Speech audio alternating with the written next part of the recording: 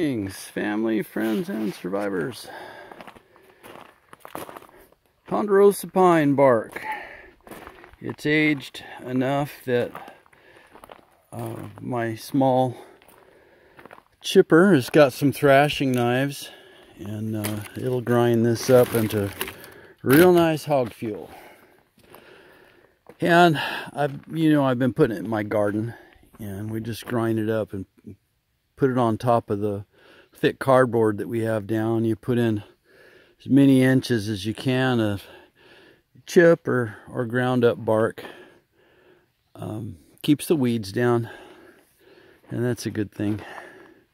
So this stuff will break up real nice. When it's fresh bark, my chipper won't do it.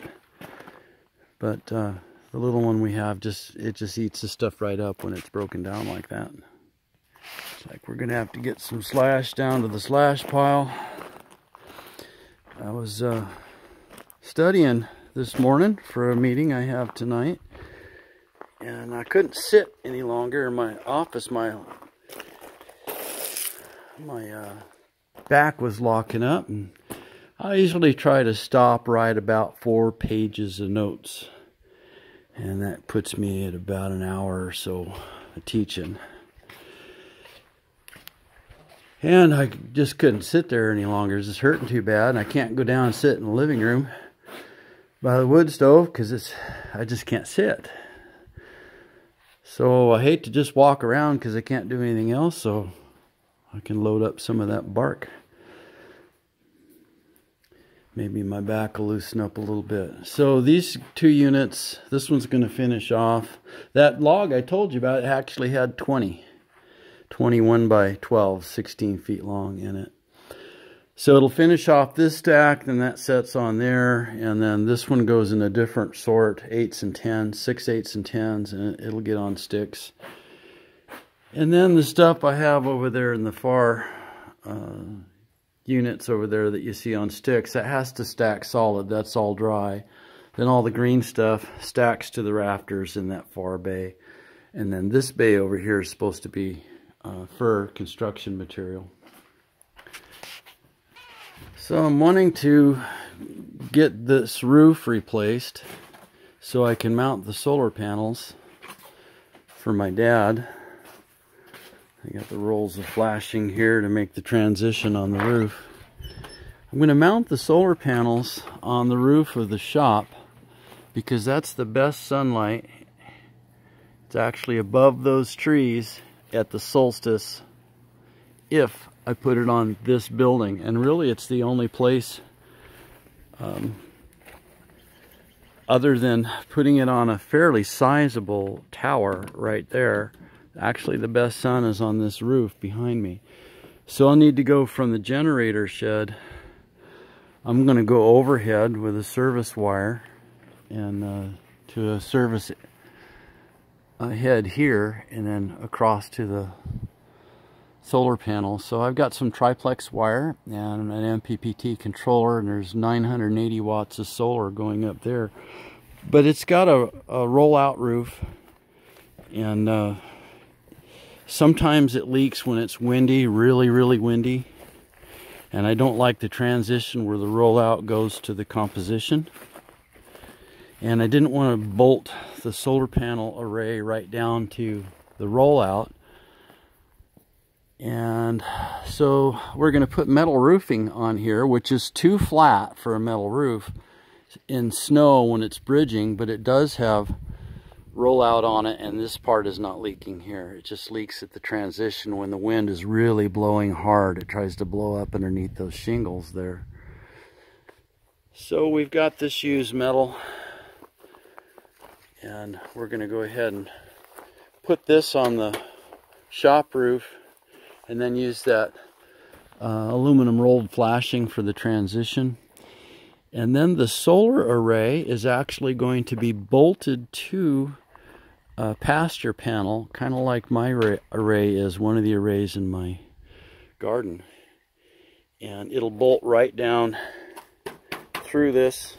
We'll just caulk it good, and we'll put lag bolts going right down into the 2 by 12 rafters. That whole building is 2 by 12 rafters.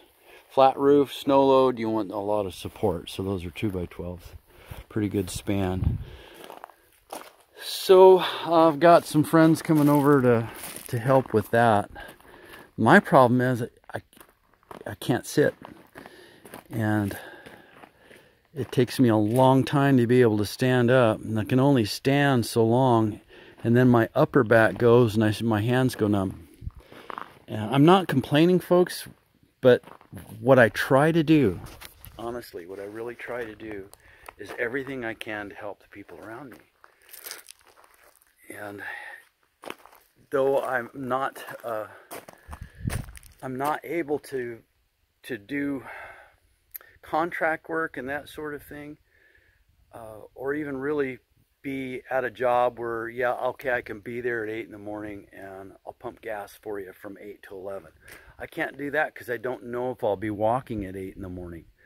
But I might be able to pump gas for an hour or two, but I can't guarantee when that would be. So since I can't do that kind of thing and I can't contribute that way, what I like to do is I volunteer my time. I have many, many years as a pastor, and teaching is my love and my passion, and seeing people come to Jesus and set free from sin and vice. Tonight I'll be talking to about 30 guys that are been struggling with heroin and crack and methamphetamines, of all different kinds, and some alcoholics and that sort of thing. And God delivered me in 1984 in a moment. He delivered me from drugs and alcohol. And I have the answer. His name is Jesus. So I like to share Jesus with people. And Jesus will deliver you from drugs and alcohol, vice, and all sin. Hallelujah. He absolutely will.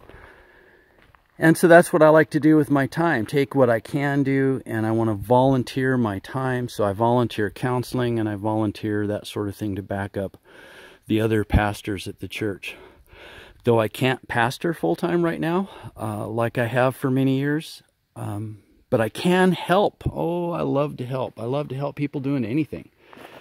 And again, folks, it's the acronym of joy. Jesus first, others, and then you. And if we stick to that order, that algorithm, if you will, then you're going to have a life full of joy. And there's no greater joy than serving other people. Doing something altruistically.